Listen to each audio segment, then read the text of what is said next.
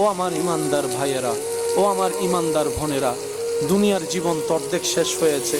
কতদিন বা আপনি আমি এই সূর্যের আলোটা দেখতে পাবো?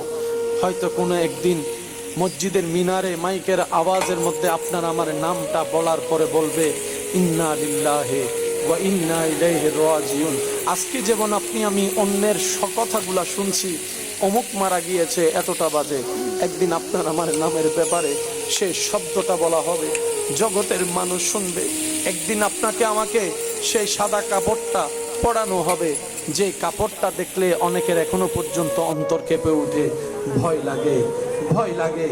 ওই জায়নাজার খাটিয়ার মধ্যে আপনাকে আমাকে তোলা হবে, যে খাটটা হয়তো এই চোখে আপনি আমি মসজিদের পাশে শতবার দেখেছি, ঢুকতে দেখেছি, বের হতে দেখেছি।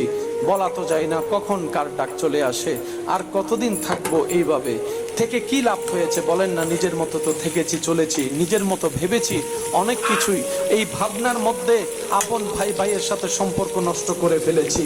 ভাই বোনের মধ্যে এখন কোনো যোগাযোগ নাই, স্বামী স্ত্রীর মধ্যে কোনো বন্ধন নাই, আত্মীয়তার কোনো বন্ধন নাই। পেলাম কি?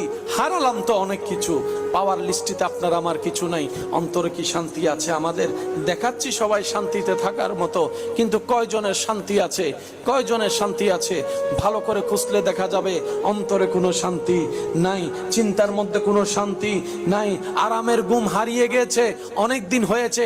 এখন বর্তমানে ওষুধ খেয়েও ঘুম ভালো করে হচ্ছে না। নবী রাহমাতুল্লিল আলামিন বলে, হে আমার উম্মতেরা, মৃত্যুর কথা স্মরণ করো, মৃত্যুর কথা প্রত্যেক দিন স্মরণ করো, মৃত্যুর কথা প্রত্যেক দিন স্মরণ করো।